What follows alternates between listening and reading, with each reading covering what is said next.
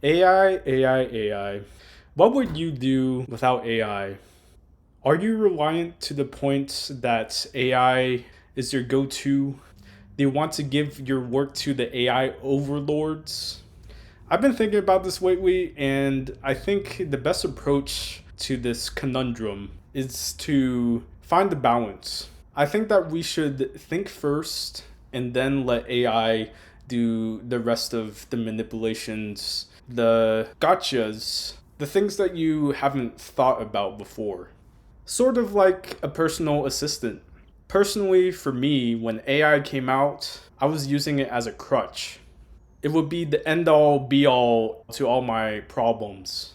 If something broke in code, I'll let AI do it and it will just fix it all for me. Nothing for me to worry about. But over the past couple of years using AI, I've realized that maybe I don't need AI to do the things that I need to do. Even though it's become more powerful and can take in more tokens and the scope is a lot bigger, I think that along the way, my confidence in myself and my work has kind of overridden my need to use AI. I just wish that AI came at a time when I needed an efficiency boost, not when I was trying to develop myself. And that leads me back to the original question. I think that personally, I would have been better off if AI never existed in the first place. That's because I will have had full control over figuring out who I am as a person. I will have struggled through different things. I wish that I failed a lot more after college and going into the first couple of years of my work. I wish that someone told me, hey, it's okay to fail. It's part of the learning process. That's how you learn.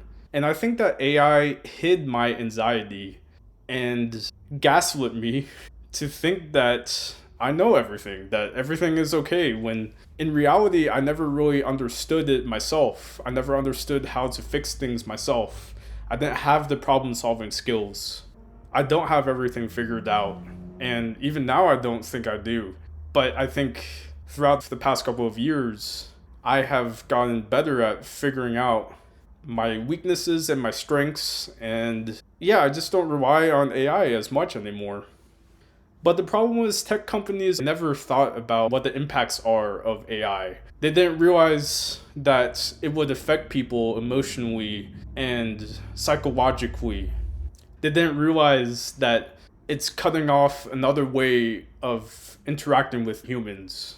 They didn't think about how instead of going to therapy and the therapist asking you about what your life is and asking questions and piecing together different things to give you professional advice that you can take out from your session with them. Tech instead gives you AI that seems like it's correct and it knows everything, but it's all based off of the internet. And it doesn't have that professional spin to it, and I don't think it ever will.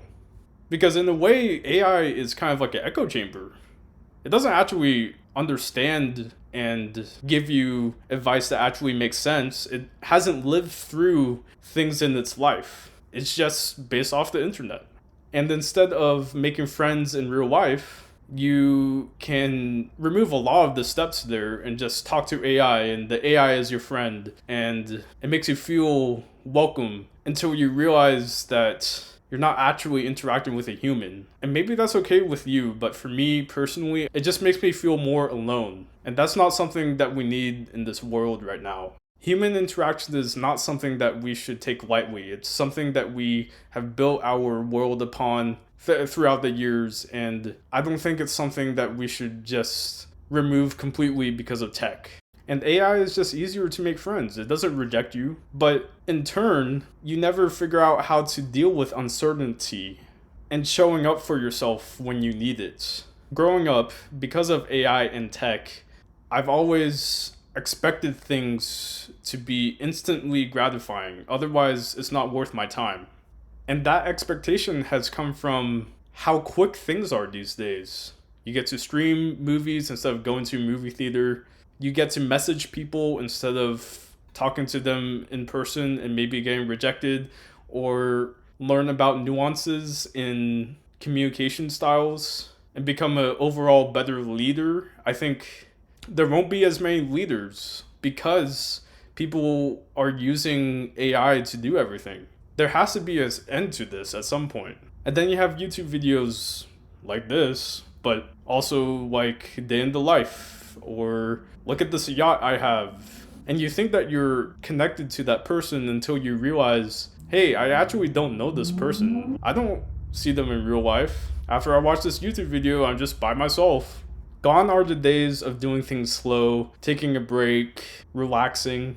Instead, what AI has done for us is reduce our confidence and our patience within ourselves. So my new question for myself is, how much do I want to continue using tech and AI, and how much do I want to try and wing stuff and figure things out as I go? For me personally, I think that it has been helpful to wing it. For example, I recently moved out from my parents' house, and that has caused me to learn new things. If I didn't move out, I wouldn't have tried to make new friends. I wouldn't have put myself out there. I wouldn't have tried to do things that people don't usually recommend to do, like YouTube or Toastmasters. I now play ping pong and pickleball and basketball, and it sucks sometimes. You really are getting beaten up by the other person in terms of skill, but it's fun and you enjoy the process. Or you suck at your job at first, but then you realize that it's just part of the process. There's ups and downs, and it's just how life is. So all of those things make me, me. And the question I want you to ask yourself and take away from this is, what makes you, you? If you enjoyed this video, please consider subscribing and liking. I'll catch you guys later. Take care. Bye.